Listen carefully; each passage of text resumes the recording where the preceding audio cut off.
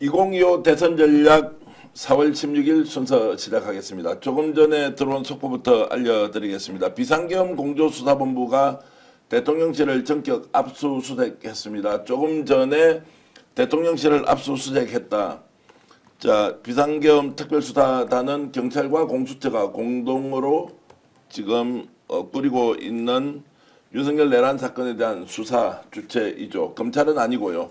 경찰이 일단 압수수색을 시작했다라는 내용이 들어와 있는데 이 내용은 잠시 후에 여러분들과 집중적으로 가장 먼저 알려드리겠습니다. 아침에 워낙 급하게 들어온 소식이었지만 대통령실 분위기가 어떤지 확인한 내용 있습니다. 자, 대선 전략 정치 본색 오늘은 노영희 변호사와 함께 진행을 하겠습니다. 노영희 변호사 어서 오십시오. 네, 안녕하세요. 아침에 뉴스공장에서 굉장히 활약을 많이 하시더라고요. 제가요? 네, 감사합니다. 뉴스공장 나갔다가 그리고 서픽스도 이렇게 방문해 주셔서 고맙고요. 자, 그래서 오늘 대선 전략은 노영희 변호사를 통해서 지금 흘러가고 있는 여러 가지 정책 상황들을 어떻게 해석하고 판단하고 또 전망해야 할지 가장 정확하게 여러분들께 분석해 드리겠습니다. 오늘 핵심 내용을 얘기하기 전에 한 줄 뉴스부터 전해 드리겠는데요. 간단한 가장 중요한 뉴스 여러분들께 전해 드립니다. 자, 이재명 변호사 나오셨습니다. 시작해 주시죠. 네, 안녕하세요. 이지은입니다. 한 줄 뉴스 시작하겠습니다. 민주 3명, 국힘 11명 후보 등록을 했습니다. 많죠? 네, 이 사람 저 사람들 다 이렇게 또 후보 등록을 하고 있습니다. 자, 어제 이제 후보 등록 마감이었는데 왜 이렇게 많습니까? 저는 정말 좀 놀랐던 게 예. 그동안에 전혀 존재가 없으신 분들이 딱 마지막에 또 3명의 이름을 딱 올렸더라고요. 네. 아, 이게 정치인들이 사는 방법이구나. 정치인들은 자기 부고 이외에는 어떠한 종류의 이슈라도 자기와 관련해서 대중들에게 알려지는 것이 매우 중요하다고 제가 얘기를 들었는데 그 대표적인 예가 바로 윤상현 의원이었던 것 같아요. 네, 예. 윤상현 의원 같은 경우도 윤핵관 내지는 윤석열 대통령 측근인 것처럼 막 엄청나게 어그로를 끌면서 사실은 요즘에 이슈를 좀 받았는데 이슈 중심이었는데 그게 좀 조금 뜸해졌지 않습니까? 이 대선 후보 관련해가지고 그러다가 갑자기 일요일날 나 대선 출마한다 이렇게 선언을 하면서 사람들이 깜짝 놀라게 해서 이슈를 또 본인에게 집중시키더니 바로 그 다음날 나 불출마한다 이랬어요. 그래서 내가 사람들하고 아니 내일 불출마할 거를 모르고 오늘 출마 선언을 했겠냐. 이건 아니다. 이 사람 노리는 수가 있다. 그 노리는 수가 뭐냐.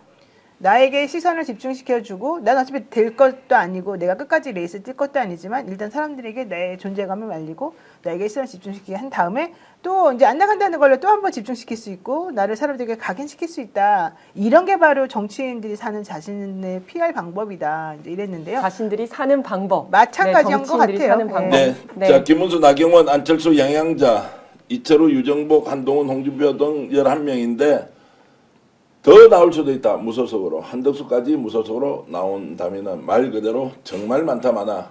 이렇게 네. 정리하겠습니다. 두 번째 소식요. 네, 미국에서는 한국을 민감 국가 리스트로 넣었고 이것이 발효가 된다고 합니다. 과학과 산업협력 차질이 우려가 되는데 이거 누가 책임져야 됩니까? 한덕수가 책임져야 되는 거 아닙니까? 노변이 답변 주세요. 제가요? 예. 저는 그냥 답변만 하는 사람인가요? 예, 여기서? 왜냐하면 본인을 향해서 우리는 질문하고 답변 받는 그래요? 그런 그 프로그램 포맷입니다. 아, 예. 나 이 시스템을 처음 알았는데요. 질문 다시 해주세요. 예. 아니 한국이 민감 리스트에 들어갔는데 그것이 발효가 됐어요. 그러면 이제 과학이라든지 산업 협력에 있어서 큰 차질이 이렇게 우려가 되는데 여기에 대해서 누가 책임져야 됩니까? 자, 그래서 30초 안에 답변을 주시면 예, 이렇게 해야 됩니다. 예. 일단 과거 윤석열 정부가 책임져야 되고 지금 예. 현재 자기가 잘난 척하면서 무조건 해낼 수 있다고 주장하고는 한덕수가 책임져야 되겠죠. 그러나 한덕수는 책임 능력이 없고 책임을 질 수 있는 권한도 없기 때문에 다음 차기 대통령 되시는 분이 차분차분히 해결했으면 되겠습니다. 발효되기 전에 해결하겠다고 쫓아다니더니 해결 못하고 돌아와서 하는 말이 별것 아닙니다라고 했던 것이 지금 현재 한덕수 대행체제의 장관 그리고 대행의 수준이다 이렇게 맞습니다. 말씀드리겠습니다. 네. 네, 세 번째 뉴스입니다. 한덕수 목표는 이재명 대통령 막는 일이라는 언론 보도가 떴습니다. 어제 하루 종일 이것 때문에 말을 바꾸어서 해명하고 설명하던데 이것도 정리해 주시죠. 와 진짜 웃겼던 게 한덕수 씨는 나온다 안 나온다 남이 꽃가마 태워주면 나온다 아니다 뭐 난리가 났었죠. 어제 MBN에서 사실은 그 보도가 나왔었을 때 안 나온다는 거야 나온다는 거야 좀 내용이 조금 웃기긴 했는데 결과론적으로는 또 불출마라는 얘기를 가닥을 잡았다 그래서 그런가 보다 그랬어요. 그리고 이재명 대표를 죽이는 것에 혹은 막는 것에 또 본인의 모든 역량을 집중한다는 내용이 들어서 이렇게까지 이 사람이 총리나 혹은 권한대행으로서의 자질이 없나 이렇게 생각했는데 그 보도 나가자마자 또다시 사실이 아닙니다라고 보도를 하더라고요. 근데 중요한 건 그 명제가 두 개였어요. 그 기사와 관련해서는. 그러니까 불출마와 이재명이 되는 건 맞겠다. 근데 어떤 게 사실이 아닌지에 대해서는 말이 없고 그냥 사실이 아닙니다. 이것만 냈어요. 그것을 보고 아, 이 사람은 둘 다에 대해서 사실이 아니고 이 행동 역시 또 사실이 아니구나 이렇게 느꼈습니다. 여러분 죄송합니다. 사실이 아닌 내용을 얘기했습니다. 이게 지금 한덕수가 보여주고는 본 모습입니다. 다음은요. 자, 마지막으로 이재명 3자 대결에도 곧 50% 돌파 예상. 네. 이건 어떻게 제가 봐야 조금 될까요? 설명드리겠습니다. 한겨레 신문이요. 12월 4일부터 4월 14일까지 57개 여론조사를 분석을 했는데 이 분석 방식이 SDI라는 전문 회사와 함께 메타 분석을 했는데 3자 대결에서도 50%를 곧 돌파할 것이다라고 이제 나왔습니다. 양자는 50% 이미 넘었지 않습니까? 3자에서도 50% 넘었다. 그럼 국힘 후보 이준석 그리고 이재명을 넣으니까 이미 그 상태에서도 50% 넘었다는 것은 어떤 의미이냐라는 것이 이제 한겨레신문의 보도 내용입니다. 네, 뭐 대세는 굳어졌다. 네. 예. 그리고 사실 많은 사람들이 그동안 이재명이라고 하는 사람에 대해서 잘못 알고 있었던 더 씌워진 악마 프레임을 서서히 걷어내고 있고 이 눈에 이렇게 흐릿하게 드리워졌던 커튼을 이미 들어올리고 있는 중이다. 이렇게 확인할 수 있고요. 실제 누가 와도 이제는 더 이상 이재명 대표를 꺾을 수 없는 지경까지 온 것은 우리 누구나 다 인정할 수밖에 없을 것 같아요. 다만 이게 왜 그러느냐. 이재명이라고 하는 사람이 그냥 국민의힘이 탄핵을 시킨 대통령이 나왔기 때문에 반사이익을 얻는 거냐. 그것이 아니라는 거죠. 오랫동안 많은 사람들로부터 고통당하면서 조련되고 단련되고 이런 것들이 이번에 빛을 발하는 것이고 또 그동안에 생각했던 정책이나 행정 경험 등이 이번에 아마 그 진수를 우리들에게 보여주는 그런 방식이 될 것 같습니다. 그리고 3자 대결에서 50% 이상이 된다는 것은 나중에 나머지 두 명이 단일화하더라도 별 의미가 그럼요. 없다라는 네. 것을 뜻하는 걸. 네, 보겠죠. 그래서 오늘 이제 대통령실에 대한 압수수색 내용이 없었다면 신평 윤석열 대통령의 윤석열의 멘토라고 멘토라고 주장했던. 주장하는 신평 변호사가 이재명 대세론을 가지고 이틀 연속 페이스북에 올리면서 결국 이재명을 인정한다는 것이 아니라 이제 꺾을 자가 없다라고 했던 내용에 대해서도 잠시 다뤄보기로 하겠습니다. 자, 지금 대통령실에 대한 전격 압수수색 이야기해야 하는데 자, 기다렸다는 짓이 들어갔다. 아니면 단단히 각오하고 뭔가 조치를 할 것이다. 지금 현재 자 경찰 공조수사본부 의지가 확실히 있다고 볼 수 있습니까? 당연하죠. 왜냐하면 지금 이재명 대표가 얘기하고 있는 내용 중에 하나가 수사청과 기소청을 분리하겠다라고 하는 내용 그리고 공수처를 보강해서 제대로 된 일을 할 수 있는 조직으로 만들겠다는 게 어제 나오지 않았습니까? 그와 관련해서 그동안에 경찰은 검찰로부터 핍박받아왔던 여러 가지 것들 또 영장 청구권이 없어가지고 본인들이 힘들어했던 여러 가지 것들을 이번에는 우리들이 실력으로 보여주면서 이번 정권에서는 대한민국 경찰의 존재감을 보여주겠다 이제 이런 각오로 싸우고 있었거든요. 그러다 보니까 이미 그 전에 영장 청구와 관련해가지고 검찰로부터 물먹었던 여러 가지 사례들을 뼈아프게 생각했다고 해요. 그래서 결론적으로는 이상민 전 장관 내란 혐의 관련해서 대통령 안전가옥 CCTV 비아폰 서버 확인을 위해서 압수수색 영장을 3개나 청구했는데 결국 이것도 모두 다 그동안에 검찰에서 불청구를 해서 아무것도 못했었다는 거예요. 그래서 이제 더 이상 이런 식으로 해서는 안 될 것 같다라고 해가지고 비상계엄 특별수사단이 이 대통령실 및 공관촌에 대한 압수수색 영장 집행에 착수했고 이건 이제 공수처와 같이 연합해가지고 행동을 했다는 것이고 향후에도 이 검찰이 이런 식으로 무리하게 본인들의 수사를 방해하고 그런다면 여기에 대해서는 아마 별도의 조치를 혹은 안전장치를 마련해가지고 영장 청구에 문제가 없도록 해보겠다 이런 의지의 표현인 것 같습니다. 자, 조금 전에 이제 그 비상계엄 공조수사본부에서 언론사에 나누어졌던 이제 자료 저희들도 함께 받았는데요. 어떤 내용으로 지금 압수수색이 이루어지고 있는지 이재명 변호사가 설명 좀 해주시겠습니까? 네, 일단 경찰에서는 대통령실하고 공관촌에 대한 압수수색 영장 집행에 착수를 했는데요. 윤석열 전 대통령과 김성훈 차장이 특수공무집행 방해 혐의가 있습니다. 이게 뭐냐면 적법한 영장을 이제 체포영장을 집행하려고 하니까 뭐 총을 쏴서라도 막아라, 왜 칼 써서라도 막아라라고 하면서 쭉 막지 않았습니까? 차벽을 세우고 철조망을 치면서 막았었는데 그것과 관련해서 비화폰 서버, 대통령실 경호처 사무실, 경호처장 공간 등을 압수수색을 할 예정이고요. 또 이상민 전 장관의 내란 혐의 관련해서 대통령 집무실 CCTV를 압수수색을 할 예정입니다.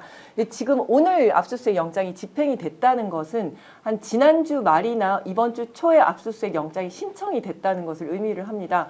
그리고 아마도 이게 지금 어디까지 진행이 됐는지 확인을 해봐야 되겠습니다만은 만약에 압수수색에 착수를 해서 실제 압수수색을 하고 있다면 김성훈 전 차장이 이거를 막지 않았다는 의미이기 때문에 어제 김성훈 차장이 사퇴를 표명하면서 그러한 부분들도 좀 영향을 미쳤을 것 같다고 분석해 볼 수 있을 것 같습니다. 누가 지금 이제 주도하고 있는지 이름도 노영희 변호사가 입수했던데 누구가 지금 현장에 나가서 압수수색을 지금 집행하고 있습니까? 그걸 제가 저한테 보내준 그 카톡에 그대로 네. 읽어드릴까요? 네. 박창호 총경을 비롯해서 9명이 주도를 하고 추가적으로 한 10명 이상이 지금 들어갔다 한 20명 정도가 지금 압수수색에 참여하고 있고 대상은 대통령 집무실, 경호처, 비화폰 서버 이렇게 말하는 거죠. 그리고 이제 비화폰 서버가 이제 구체적으로 압수 목록과 수색 목록이 지금 정해져 있기 때문에 혹시라도 가서 그 범위를 넘어서는 것은 안 되기 때문에 한 번 더 압수수색을 진행해야 될지도 모르는데 일단은 지난번에 집행하려고 했던 것을 막아버렸는데 이제 그것은 이제 통과가 됐는데 추가적으로 이제 압수수색을 해야 될 것들이 많이 나오지 않겠나 생각을 하고요. 맞아요. 지금 사랑촌님께서 범죄 현장에는 한 가지라도 남기면 안 됩니다. 네. 지금이라도 먼지라도 털어야 됩니다 이랬는데 이번에 경찰의 행보가 사실은 매우 중요한 단서가 될 수 있습니다. 왜냐하면 이재명 대표가 경찰과 검찰의 역할을 명확하게 분리시키겠다고 지금 얘기를 하고 있고 내가 만약에 집권한다면 그리고 특히 검찰이 지금 정권의 신여 노릇을 하는 것을 더 이상 내가 방관하지 않겠다. 그리고 내가 정말 그 최대한의 피해자로서 이 검찰이 기소권을 가지고 장난치는 거는 도저히 용납할 수 없다는 이거를 지금 본인이 표현하고 있지 않습니까?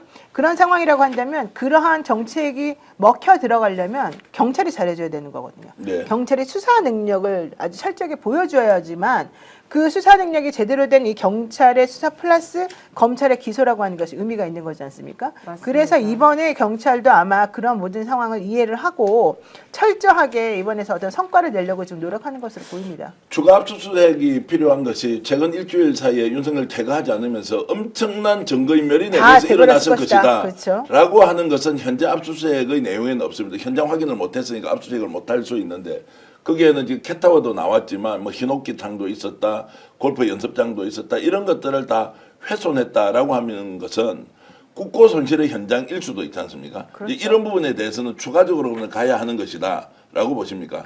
그렇죠. 근데 사실 저는 증거인멸이 완벽하게 됐을까?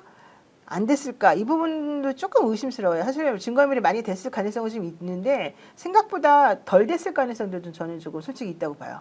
제 말이 맞죠? 네. 그리고 본인들은 증거인멸을 한다고 하지만 했는데 나중에 못 됐을 거예요. 네, 맞아요. 네. 그 나중에 이제 다시 풀어보고 하면 결국 또 나오는 경우가 많거든요. 네. 그렇기 때문에 역시 가서 이렇게 샅샅이 뒤져서 오는 것이 필요하다라는 생각이 들고 증거인멸을 했다면 한 대로 그것이 구속 사유가 되기 때문에 다시 재구속할 수 있는 길이 또 열리는 겁니다. 맞습니다. 네. 그리고 또 한 가지 제가 설명드릴 거는 여기에서 이제 경찰에서 다만이라고 하면서 여기에 대해서는 압수영장을 신청을 했지만 검찰에서 불청구했음을 알려드립니다. 경찰에서 이런 걸 적극적으로 지금 홍보를 하고 알려줘야 있거든요. 돼요, 사람들에게. 그러니까 이게 야 경찰 니네 왜 이런 거 안 해라고 하니까 아니야 우리는 하려고 했는데 검찰에서 막은 거야라고 이런 이야기들 계속 하고 있는데 이제 경찰에서는 사실 이제 다음 정권에서 개헌 논의가 들어가면 경찰에서 직접 영장을 청구할 수 있는 권리를 청구할 수 있는 권한을 가지기 위해서 굉장히 노력을 하고 있습니다. 그래서 검찰을 거치지 않고 경찰이 직접 영장 청구하게 해달라라는 것을 하기 위해서라도 이번에 잘해야 됩니다. 네, 맞습니다. 근데 중요한 거 하나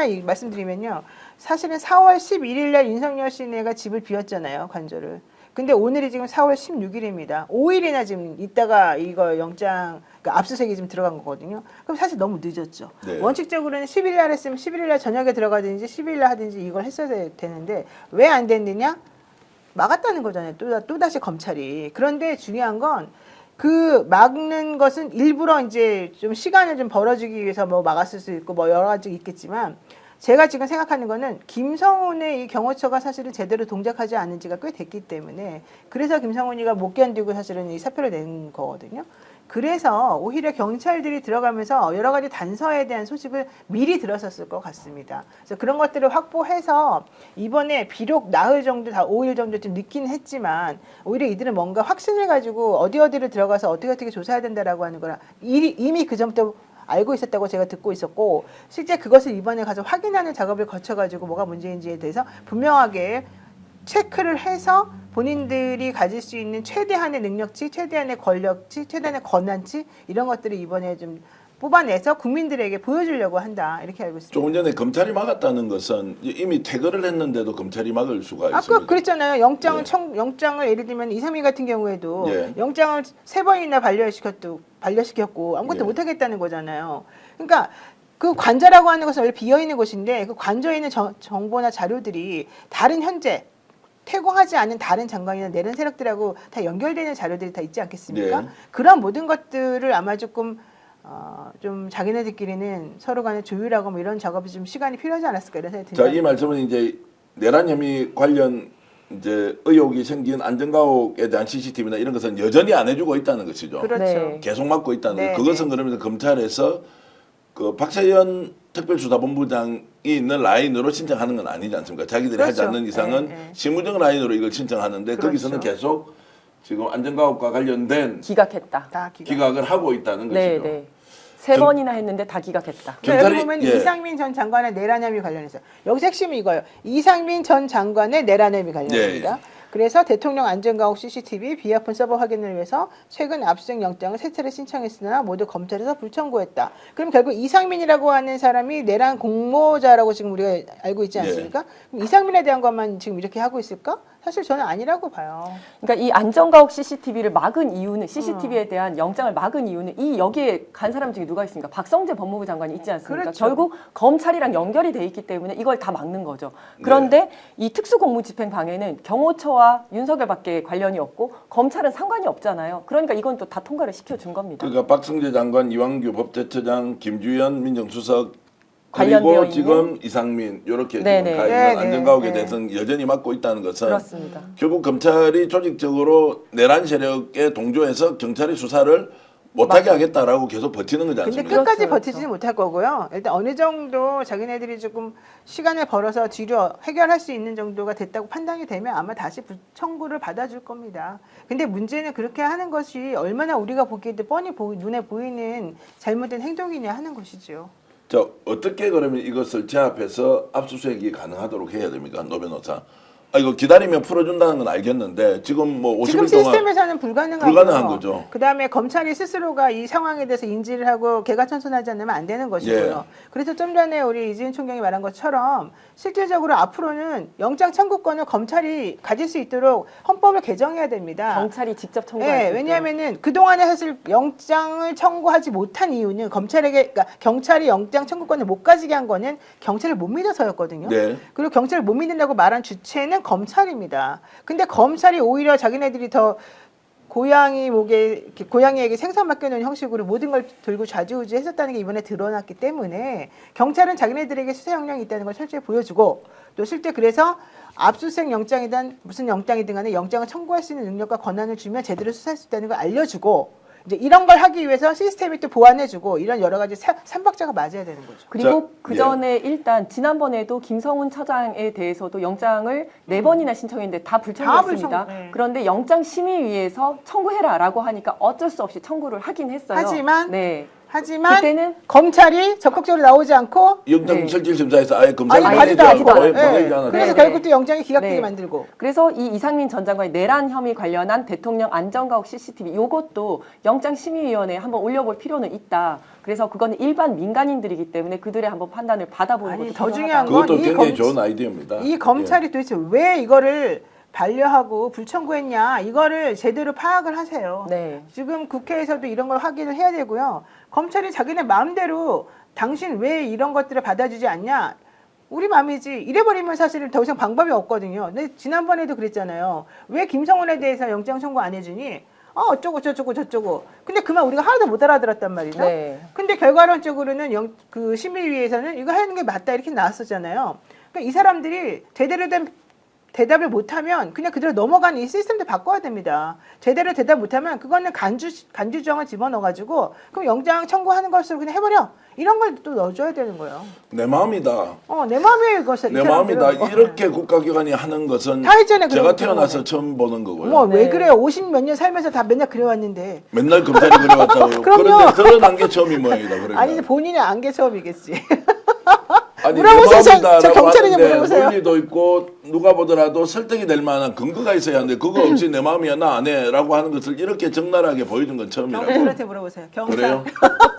대답해보세요. 아니 검찰이 지금까지는 그래도 겉으로 볼 때는 뭐라도 명분이라도 앞세우고 했었는데 지금은 이제 너무나 뻔뻔해져서 명분도 없어요. 명분도 없고 그냥 뭐 이렇게 변명을 할 정성도 보이지 않는다. 저는 그렇게 생각을 해요. 정성도 없어요. 그런 정성이 아니 정성도 보이지 최소한의 도리도 하지 않는다. 뭐 최소한의 이런 거. 예의도 없고. 자, 그래서 어저께 이제 이재명 대표가 알릴레오 유시민 작가 도울 김용옥 선생하고 하면서 이제 검찰에 대한 개혁 방향을 수속 기소 완전히 분리한다고 했지 않습니까? 이제 이런 것들은 누군가 반대를 할 수 있는 세력 또는 정당 국민들이 있을까요? 어떻습니까? 있겠죠. 그동안 검찰에 그렇게 행동해가지고 이득을 받던 집단들이 있겠죠. 이것도 지금 반대하는 사람이 나온다. 검찰 개혁의 기본 방향에 대해서 당연하죠. 수사 기소 검찰 분리하는. 조직 자체가 그렇게 되면 완전히 무너지고 힘이 없어지는 건데 검찰들이 가만히 있지 않죠. 검찰은 가만히 있지 않지만 검찰하고 그동안 유착관계를 보여왔던 당은 어디입니까? 국힘에서는 이것도 반대한다. 당연히 그렇게 할 수밖에 없는 거죠. 그래요? 그리고 근데 예전과는 조금 달라진 게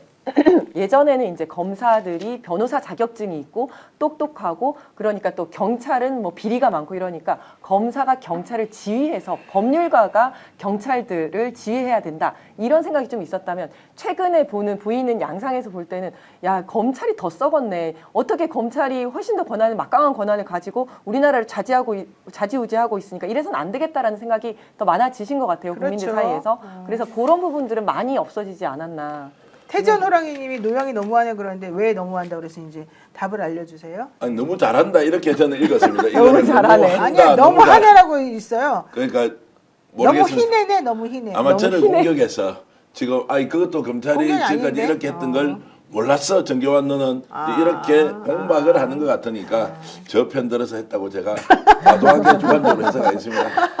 그 대선 전략 정치본 책 여러분들과 함께 하고 있는데 지금 15,000분이 들어와 있습니다. 역시 노영희의 파워는 대단하구나. 아이, 무슨 정교환은 무슨 그런 아무 말씀 의미가 없구나. 이런 생각이 들면서 한편으로 자괴감을 느끼면서 그래도 방송을 여러분들과 함께 그래도 즐겁게 진행을 해보겠습니다. 방송. 조금 이따 이제 속보가 다시 들어오는 대로 경찰의 수사 진행 상황이 어떤지 알려드리기로 하고요.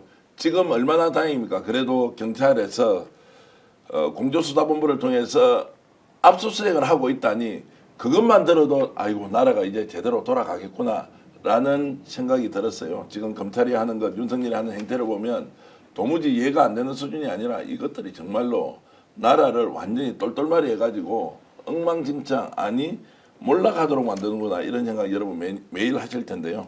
자, 노영희 공수처장 임명하라. 좋습니다. 이런 의견 많이 주십시오. 이종기 학생님 고맙습니다. 헌법님, 노영희 짱, 그리고 MA님 이렇게 읽겠습니다. 하여튼 노영희 잘한다고 노영희 좋다. 이제 고선생님도 보내주셨고요. KJH님은 여기에 질체라 난 이지연 때문에 보는데 이렇게라고 좀 약합니다. 그런데 그것 때문에 보셔서 감사드리지만 지금 전반적인 흐름은 조금 약한데 어쨌든 자주 올려주시고 다른 분들도 좀 올려주시면 고맙겠습니다. 좋아요 누르고 이 방송 봐주시면 더 많은 분들이 동시에 국내외에서 시청할 수 있으니까요. 좋아요 누르면서 함께 방송해 주시면 좋겠습니다. 지금 좋아요 3,000명 정도 돼 있는데요. 아마 한 7, 8천 명 정도 올라가야 될 것 같습니다. 김지영님은 노영희 변호사님 완전 짱이에요. 팬이에요. 완전 최고예요. 예, 완전 이런 말 자주 쓰면 좋지 않습니다. 한 번씩 써주시고요. 그리고 홍상훈 기자님이 있어야 하는데 아쉽습니다. 예, 홍상훈 기자님 우리 같은 스픽스에서 정말로 초대하고 싶지만 아마 안 오실 것 같아서 말씀을 못 드리고 아까 어떤 분이 노영이는 자기 댓글만 보나 봐 그러는데 저는 예. 저에 대한 나쁜 댓글만 봅니다. 아 그래요? 예. 그러니까 오해는 하지 마시고요. 그냥 제가 이제 궁금해서 여쭤보는 거고 사실 내가 조금 생각하는 바는 이게 서로 이제 온라인으로 소통하는 유튜브잖아요. 일반 예, 예. 정규 방송에서 하는 거랑 다르잖아요. 그래서 저는 유튜브에서 댓글 달아주시는 분들이 매우 소중하다고 생각해서 그분들의 의견을 가급적이면 많이 읽어드리려고 노력을 하고 그분들이 뭐라고 생각하는지 조금 느끼려고 예. 사실 합니다. 그러니까 오해는 하지 마시고 지금 저희들이 이렇게 노력하고 소통하려고 한다는 거 좀 이해를 해주시고요. 더 중요한 거는 정기환 대표의 노력에 대해서 제가 한마디 드리고 싶습니다. 정기환 대표 요즘에 너무 이 스펙스가 힘들다 보니까 이 오전 방송을 우리 너무 잘하고 있는 최경영의 정치본색 프로그램을 대체하여 그 제작비가 반밖에 안 들어가는 정계환과 노영이와 이지은 이런 시스템을 지금 이용하고 있습니다. 전혀 그렇지는 않은데 야 이게 완전히 너무 여러분들 도와주세요. 너무 이게 지금 푸어 코스프레를 지금 하고 있는데 그런 거 아닙니다. 최경 기자님하고 잘 의논해서 대선 기간 동안은 이제 대선 전략이라는 걸로 가지고 좀 뭔가 한 분을 초대해서 질문을 제대로 던지고 그 전략가를 통해서 흐름들을 좀 이해해보자 네. 아니 이렇게 이제 그래서 하고 또 있습니다. 전 대표가 우리 또 최경영 앵커는 특별 프로그램을 또 만들라고 했고 따로 모시기로 했죠. 예, 네. 그렇게도 이제 하고 있는데 하여튼 여러분들이 이렇게 많이 도와주셔서 저희들 열심히 달려가 보겠습니다. 자갈님이 제일 좋은 말씀 하셨네요. 세 분 모두 좋습니다. 예. 자갈님 이렇게 방송용 멘트를 한 번씩 해주시면 저희들 약간 오바해서 과잉 흡수하겠습니다. 이해를 해주시면 고맙겠고요. 자, 지금 경찰이 하여튼 이렇게 하고 있는 거 좀 기대해 보시죠. 각오하고 뛴다고 하니 아침에 저도 경찰 쪽에 전화를 해보니까 작정하고 나섰다라고 합니다. 모든 게 무너졌다고 생각했는데 그나마 지금 이 순간에는 경찰이라도 이렇게 나서주니 윤석열 기가 좀 꺾이지 않겠습니다. 맞습니다. 윤석열과 함께 하고 있는 내란 세력들도 우선 단죄를 하기 전에 기부터 팍팍 꺾어야 한다고 저는 생각을 합니다. 자, 심평 변호사 얘기를 하겠습니다. 심평 경북대 법학전문대학원 교수이기도 하죠. 이분이 이제 페이스북에 글을 올려서 어느 누가 나서도 이재명을 이길 수가 없다라고 했는데 이분이 가지고 있는 상징성 때문에 그렇습니다. 자, 진위 여부를 일단 떠나서 진평은 윤석열의 멘토였다라고 하는데 이재명을 꺾을 자가 없다라고 하면서 한 이틀 동안 논란이 계속되고 있는데 이분이 또 생각을 좀 바꾼 건지 이렇게 저렇게 이제 부담이 됐는지 그런 내용은 좀 바뀌었더라고요. 어떻게 심평 보셨습니까? 교수님은 사실은 자기가 피해자라고 생각을 그동안 해왔어요. 윤석열 대통령이 대통령 되기 전에 자기는 로스쿨 원래 판사 출신이었거든요. 근데 이제 그때 제 법원에서 좀 자기가 올바른 말을 해가지고 쫓겨났다라고 이제 본인은 생각을 하고 있었었고 그러다가 로스쿨 교수로 이제 내려가게 됐는데 그 로스쿨 내에서도 본인이 경상북도인가요? 경북대, 네, 경북대 경북대. 로스쿨 교수를 하면서 또 내부적으로 다른 교수님들하고 좀 사이가 안 좋았던 걸로 제가 알고 있어요. 그러니까 약간 피해의식이 많았고 이 사회에 대한 좀 불평 불만이 좀 많았어요. 나는 사실은 좀 정상적이고 합리적인 그런 쿨한 사람인데 왜 나에 대해서 좀 오해를 많이 하냐 이런 거였거든요. 근데 그러면서 점점 내가 어떤 그 정권이나 이게 힘 있는 사람들하고 뭔가 좀 소통하면서 그들과 손을 잡는 것이 훨씬 더 편하게 살 수 있는 길이구나라고 느꼈던 걸로 저는 개인적으로 제가 이제 심평 교수님 아는 입장에서 개인적으로 그렇게 생각하고 그분이 그런 쪽으로 자꾸 고개를 돌리고 방향성을 그쪽으로 돌리면서 뭔가 소구하려고 하는 듯한 모습을 제가 보게 됐어요. 그래서 이분이 그동안 참 많이 힘들어서 그걸 이런 식으로 풀려고 하나 보다까지 제가 생각을 했는데 그게 너무 고개를 너무 많이 팍 돌려가지고 너무 윤석열 씨 쪽으로 완전히 180도 이상 돌려버리는 걸 제가 보면서 깜짝 놀랐죠. 그리고 본인이 멘토라고 막 주장을 하고 다녔지만 실제 멘토라고 생각하지 않았을 거예요. 윤석열 대통령은 당시에. 그러니까 본인이 이제 지향하는 바 혹은 소구하고자 하는 바를 그냥 저쪽에서는 가만히 내버려 두는 것 뿐이지 그래야지 자기 편이 한 표를 더 늘어나고 자기에게 좋은 말을 할 테니까 이제 그런 상황이었고 그러다 보니까 심평이라고 하는 사람에 대해서 별로 관심이 없던 언론이 윤석열을 띄워주는 그 와중에 등장한 판사 출신의 로스쿨 교수인 심평에게 관심을 두게 되었고 실제 심평 교수는 그렇게 하는 와중에 본인이 언론이나 매스컴이나 이런 것들을 좀 알게 된 거예요. 그래서 그들이 원하는 종류의 단어 이런 것들을 키워드를 중심으로 해서 하나씩 글을 쓰면서 본인의 존재감을 드러내게 됐죠. 그래서 그것들이 이제 윤석열의 니즈와 이 심평의 니즈가 서로 같이 합쳐져 가지고 심평이라고 하는 사람이 만들어졌고 언론에서 이제 그 사람을 인용해주면서 또 다시 같이 세 개의 곳에서 이 사람 한 명을 이제 띄워주게 된 거죠.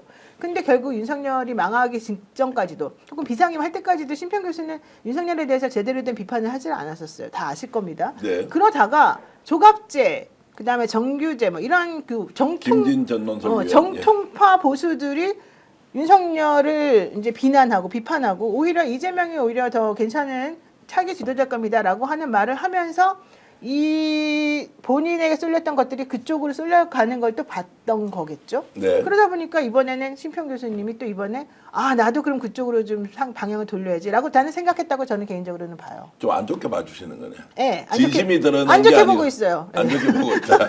근데 사실은 이분이 또 생각하는 게 완벽하게 또 거짓말은 아닐 거예요. 예, 예. 왜냐하면 사람 마음속에는 다 한 명의 사람에 대해서 좋은 평가와 나쁜 평가가 있잖아요. 제가 정기환 대표를 보면 뭐 100% 좋은 말만 하겠습니까? 저 사람 나쁘다, 쫌생이다, 뭐다 이런 생각 솔직히 많이 하겠죠? 한 번씩 하더라고요. 한 번씩 하지만 하고 있어요. 쫌생이다. 진짜 좀 싫어요. 그리고 되게 싫었다도 했나? 독단적이다 이런 것도 있어요. 근데 독단은 뭐 맞는 것 같고. 근데 그것만 있는 게 아니에요. 저분은 또 이 상황 따라서 이제 이걸 운영해야 되는 예. 사람이니까 내가 바라보지 못하는 것까지 생각해서 그런 일을 할 수 있는 거잖아요. 그러니까 내가 함부로 그분에 대한 평가를 못하는 거잖아요.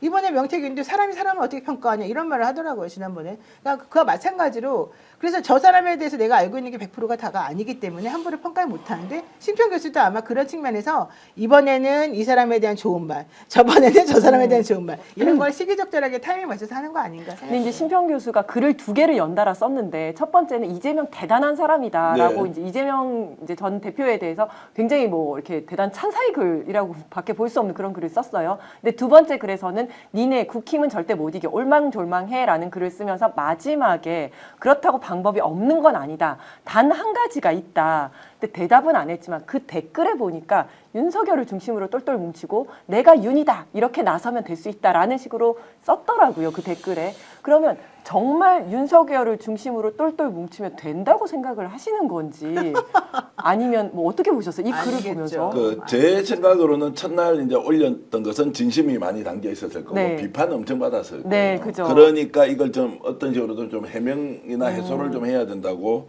생각하지 않았겠냐는 거고요. 유탐사의 강진구 기자가 대단하더라고요. 전화를 직접 해서 인터뷰한 내용을 어제 들어보니까 네.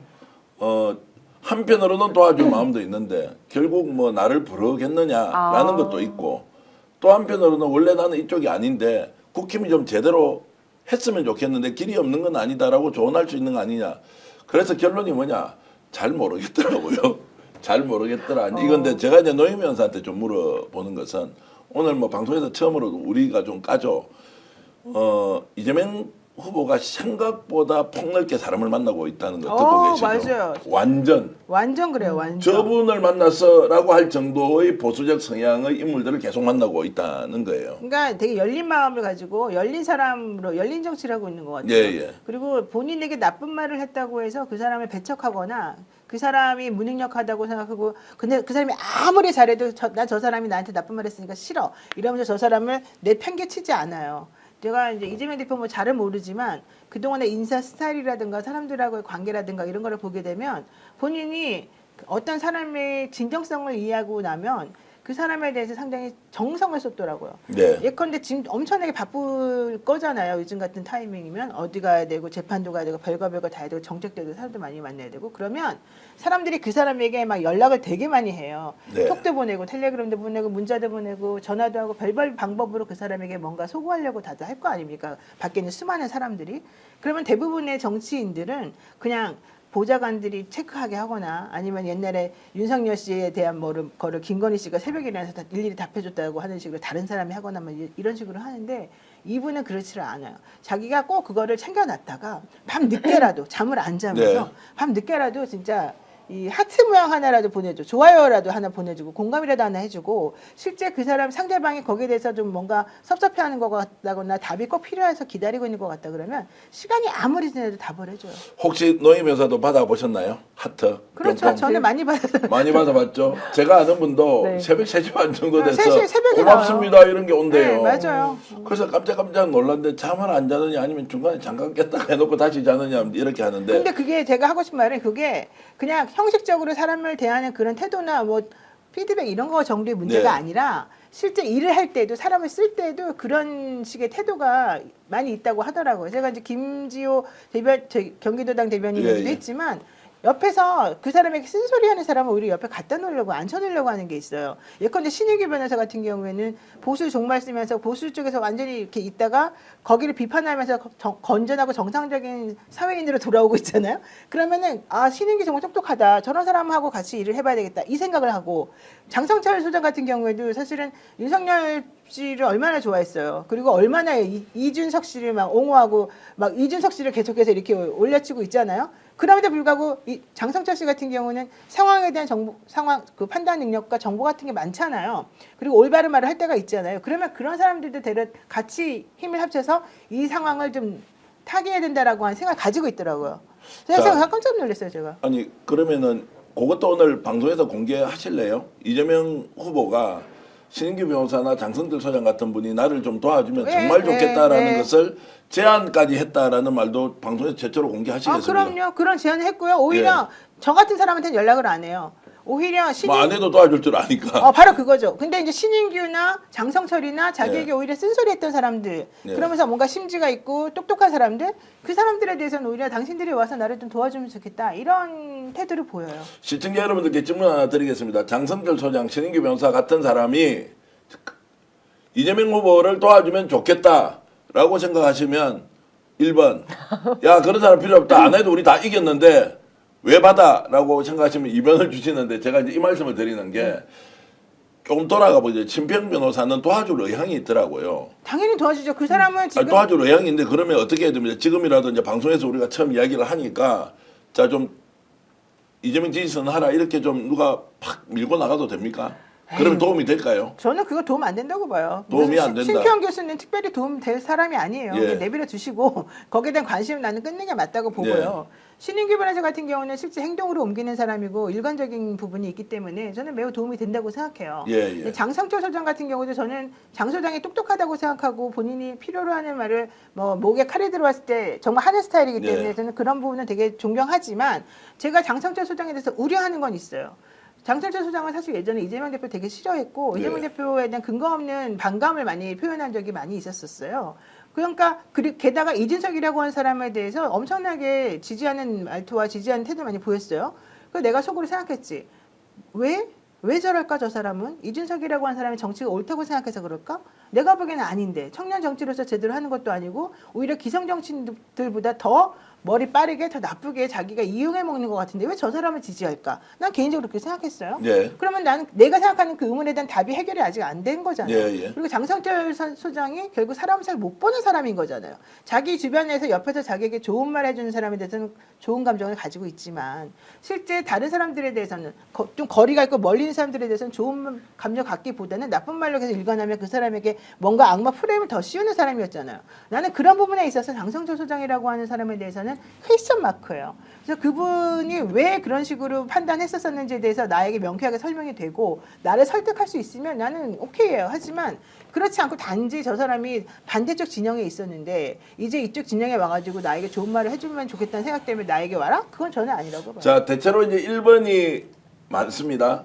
그리고 2번도 올라옵니다. 1번은 이제 두 사람 다 이재명 대표가 손잡고 하면 좋겠다는 것을 2번은 아니다라고 이제 의견 주시는 분이 일부 있긴 한데 확실한 거는 신인규는 무조건 괜찮다.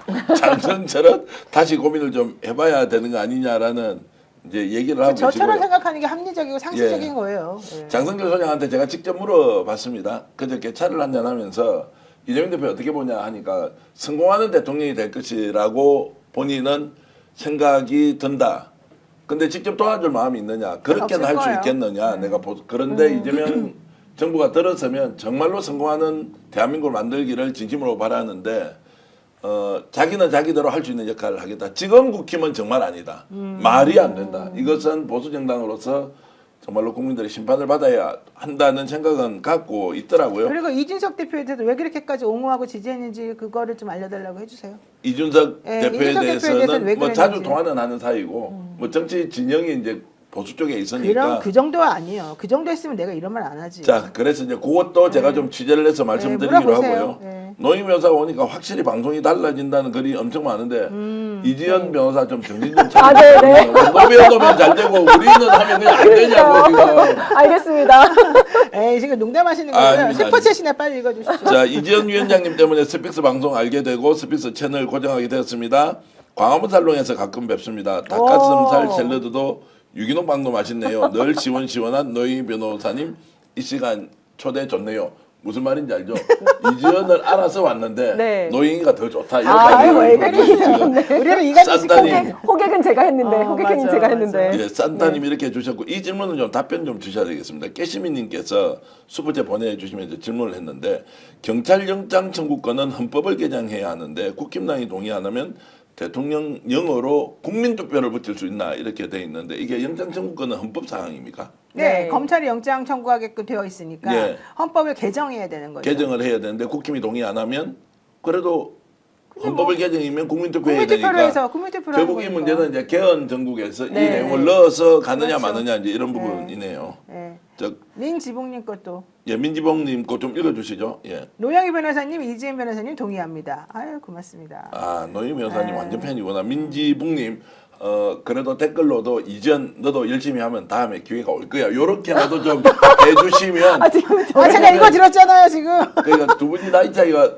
나기 때문에 요즘 방송 엄청 좋아졌대요. 이전 변호사가. 아 많이 좋아졌더라고요. 많이 진짜. 좋아졌어요. 그리고 또 한 분 더 있습니다. 변호사 중에 방송 완전 좋아진 강수영 분이. 변호사. 예, 그분도 좋아졌고 또 한 분 더 있는데요. 제가 다음에 네네. 그분 동의받고 제가 소개를 해드리기로 하고요. 그냥 하세요. 그런 좋은 말을 아닙니다. 왜 동의를 받아야 돼요? 아니 왜냐면 칭찬하는 거니까. 말씀드릴게요. 조수진 변호사가 방송하는 게 완전 달라졌더라고요. 그래요? 그래서 제가 보니까 뉴스 공장이요. 스타 제조기, 스타 제조 채널 뭐 이런 느낌이 들어서 그 방송하니까 우리 스픽스에서 정치본색 예전에 진행할 때는 그 정도로 잘하진 않았거든요. 요즘 완전히 달라졌더라고요. 아 그래서 역시 채널에 따라서 사람은 클 수도 있고 별로 안 클 수도 있다 이런 생각을 아니, 제가. 너무 자책하면서 말씀하시는 거 아니에요? 아닙니다. 우리는 디스 당하니까 오히려 네. 통쾌하고 이렇게 좀 좋은데. 스프링 21님의 질문에 제가 답변해 드리겠습니다. 네. 스프링 21님께서 질문하시기를 장성철 욕은 많이 먹는데 왜 언론 유튜브에서 인기가 있는지 아이러니하다 이렇게 말씀하셨거든요. 좋은 질문입니다. 자, 왜 그러냐면요. 장성철 씨는 자기의 가치관이 뚜렷해서 자기가 옳고 그르고 싫다 좋다 이런 것들을 좀 명확히 표현하는 것이고 기본적으로 보수 성향이 좀 셉니다. 다만 언론 유튜브에서는 자기가 알고 있는 수많은 정보 라인들을 다 풀어요.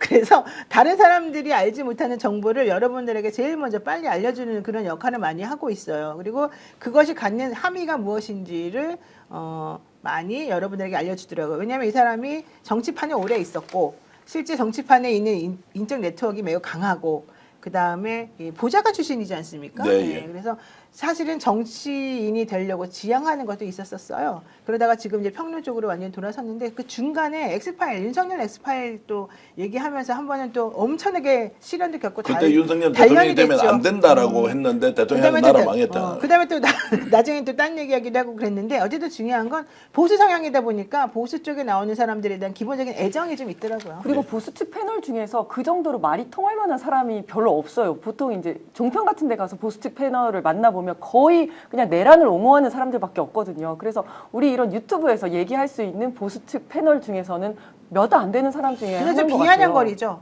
비아냥거리는 특성이 있어요. 제가 이재명 변호사한테 조금 조언을 해주시면 네네. 그 정도까지만 얘기를 해야 되지.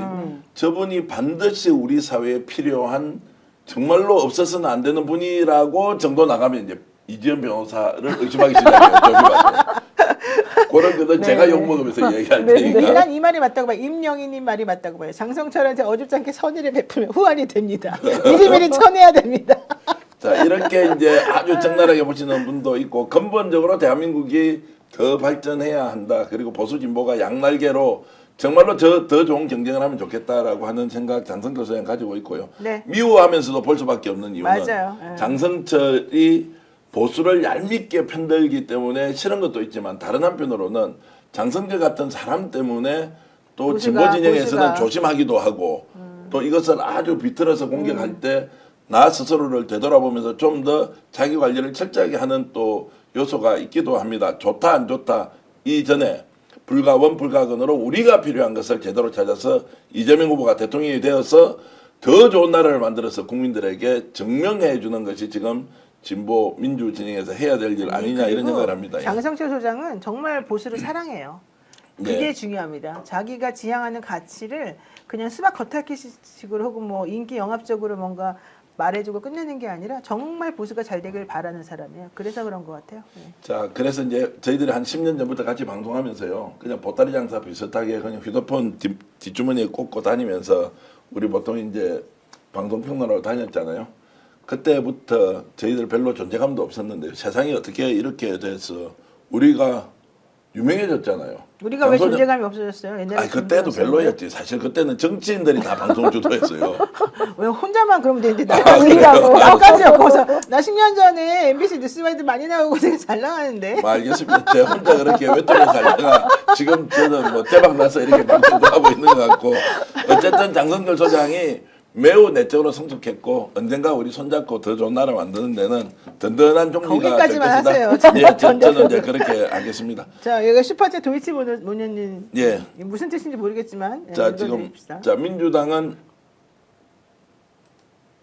죄다 잼며들어서 예. 레드클럽 선수가 만들고 다니시는 이재명 후보님이 또 한 번 안쓰럽습니다. 안쓰럽습니다. 이게 무슨 예. 뜻입니까? 아마도 민주당이 제대로 판단을 못하고 이재명이라고 한 사람에게 완전히 빠져가지고 정상적 판단을 못하는 것 같다. 뭐 이런 취지인 것 같은데 뭐 그런가요? 일단 이해가 안 되는 댓글도 한 번씩 올라오는 게 스픽서의 특징입니다. 여러분 그렇게 이해를 해주시고 슈퍼챗 보내주신 여러분들께 진심으로 감사의 말씀드리고 노영희 변호사 오시니까 오늘 우리 강희정 PD 그리고 김혜지 PD가 엄청 다른 내용도 준비를 많이 해놨는데 알았어요. 속보가 터지고 노영희 변호사의 이런 아름답고 속동함 있는 이 표현 때문에 방송 지나는 줄도 모르고 이렇게 한 시간이 훌쩍 흘러버렸습니다.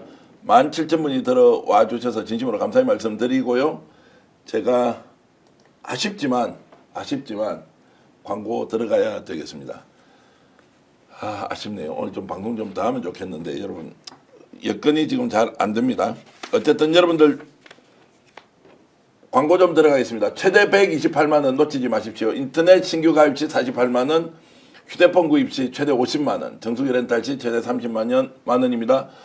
전체 다 합치면 128만 원인데요. 여러분 교체 시기가 다가왔다면 인터넷, 휴대폰, 정수기 자, 꼭 인터넷 비교원으로 전화하셔서 상담 한번 받아보시길 권유드립니다. 아마 많이 여러분들이 인터넷 비교원 기억하고 있을 것입니다. 필요할 때 꼭 전화를 해주시면 믿고 그리고 제대로 서비스 받으면서 지인 추천 때는 또 추가적으로 혜택을 받을 수 있으니까 인터넷 비교원 서경석 기억하시면서 스픽서 보고 전화했다고 좀 말씀 주시면 고맙겠습니다. 두 번째 광고 들어가겠습니다. 정치 성향은 어떻게 결정되는가? 강력하게 추천드립니다. 사람의 정치 성향이 이런저런 과정을 통해서 결정되는데 뇌과학, 유전학, 진화심리학을 기초로 정치 성향 형성 원리를 과학적으로 밝혀서 재밌고 흥미롭습니다. 자, 정치 성향은 어떻게 결정되는가? 미국의 정치학자 3명이 공동 집필했는데요.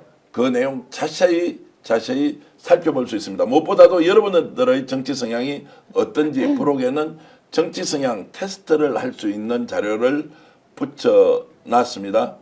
자, 더보기란과 고정 댓글에 도서 구매 링크가 있으니까 꼭 한번 읽어보고 확인해서 필요하신 분들 구매 강추드리겠습니다. 그리고 오늘 이 방송 봐주시는 분이 혹시 노영희 TV 영친이들 구독하지 않아 하셨다면 너무 방송 잘하지 않습니까? 제가 일주일에 한 번 더 모실 테니까 모시는 조건이 바로 노영희 TV 구독입니다. 그러면 한 번 더 나오시겠습니까? 동시 송출을 해줘야지. 동시 송출을 해줘야 한다. 지금 뭐 돈도 안 되는 자기는 괜찮다 이겁니까? 자, 어쨌든 자 노희 변호사와 함께했고 이전 변호사도 계속 나아지고 있다는 댓글이 완전 좋아지고 있다 이런 댓글 혹시 그 지역구에 있는 저 주민들 이렇게 유권자들 댓글 쓰라고 이렇게 동원하신 건 아니죠? 아니요, 저는 그렇게는 안 하는데 많은 예. 분들이 봐주셔가지고요. 제가 이제 경의선 숲길 걷거나 이러면 방송 봤어요, 뭐 이런 얘기들 많이 하시더라고요. 예, 이지은 위원장이죠. 네. 지역 위원장. 변호사라고 이제 변호사이기도 호칭을, 예. 하고 되게 똑똑하시고 겸손하시고 되게 또 차분하시고 아는 것도 많으셔요. 저는 자라나는 꿈나무 저는 많이 존경하고 앞으로 더 잘 되실 거라고 믿습니다. 마포갑. 네네네. 예, 마포갑 지역위원장. 지역위원장. 네. 어쨌든 계속 일신 우일신해서 여러분들과 함께 더 좋은 내용, 짧지만 강한 임팩트 주는 방송 만들어 가겠습니다. 대선 전략 정치 분석 오늘 순서 모두 마치겠습니다. 시청자 여러분 진심으로 감사의 말씀드립니다. 고맙습니다. 고맙습니다. 오늘 방송 어떠셨습니까? 마음에 들었다면 구독, 좋아요로 스픽스를 응원해 주십시오. 여러분들의 구독, 좋아요는 가장 큰 힘이 됩니다. 스픽스 구독, 좋아요.